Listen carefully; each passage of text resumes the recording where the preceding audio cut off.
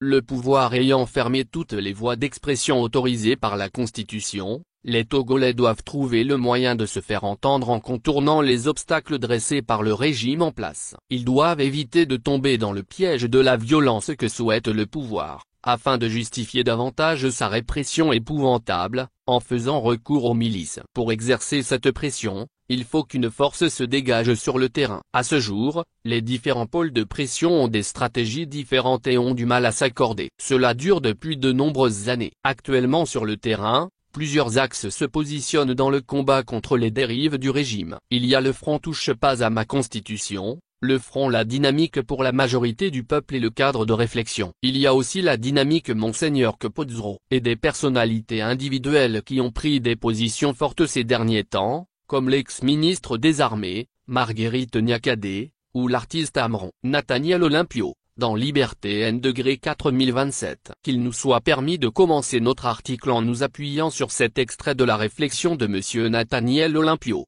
qui évoque la dramatique situation actuelle de notre pays, le rêve des Togolais pour se libérer, la brutale répression du pouvoir de dictature d'en face, l'état délabré actuel de l'opposition togolaise et les voies et moyens pour un nouveau regroupement solide des forces du changement. Une réflexion pertinente qui rejoint, comme par hasard, notre point de vue sur le drame politique togolais et surtout sur une nouvelle organisation au sein de l'opposition traditionnelle. Car dans la situation politique actuelle de notre pays, tout peut arriver. Le statu quo d'aujourd'hui peut à tout moment virer en une situation riche en événements, dans un sens ou dans un autre. Une coalition crédible de l'opposition devrait alors être prête pour parler au nom du peuple et exposer les principales revendications pour un Togo démocratique. C'est pourquoi nous pensons qu'avec l'expérience que les Togolais ont de ce régime inhumain et antidémocratique d'Eknassambé et alliés, quant à son caractère réfractaire à toute idée d'ouverture démocratique sincère, avec l'expérience que les leaders de l'opposition togolaise,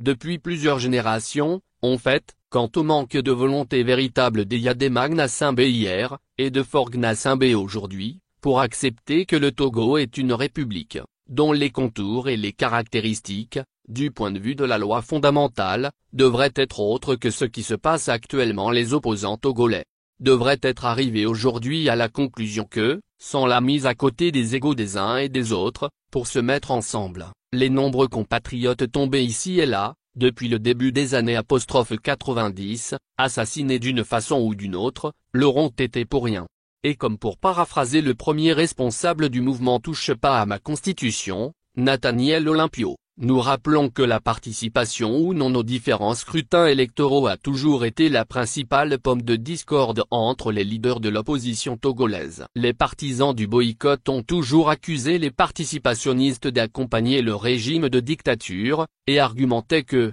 de toutes les façons, les élections, quelles qu'elles soient, étant détournées de leur fonction première et ne répondant pas aux règles constitutionnelles de transparence et de fiabilité, ne résoudraient pas le problème togolais. Après le folklore électoral des municipales de juillet 2025, il n'y a plus d'élections à l'horizon avant de nombreuses années. Cela pourrait être une fenêtre d'opportunité. Comme on le voit, les élections, bannies pour longtemps au Togo par la volonté de Faure Gnassingbé, ajoutées au fait que tout le monde, côté opposition, n'a fait que de tristes et mauvaises expériences avec le comportement du régime d'en face depuis très longtemps, il n'y aurait plus de raison pour que les principaux leaders de l'opposition et de la société civile refusent de se mettre ensemble pour le combat décisif et surtout pour être prêts à parler d'une voix au nom du peuple, au cas où. Car, malgré le succès relatif du combat que nous connaissons aujourd'hui sur les réseaux sociaux, surtout de la part des Togolais de la diaspora, nous ne pouvons pas nous permettre, aucun pays au monde ne peut se permettre, de faire fi ou d'ignorer l'importance d'une opposition traditionnelle sur le terrain.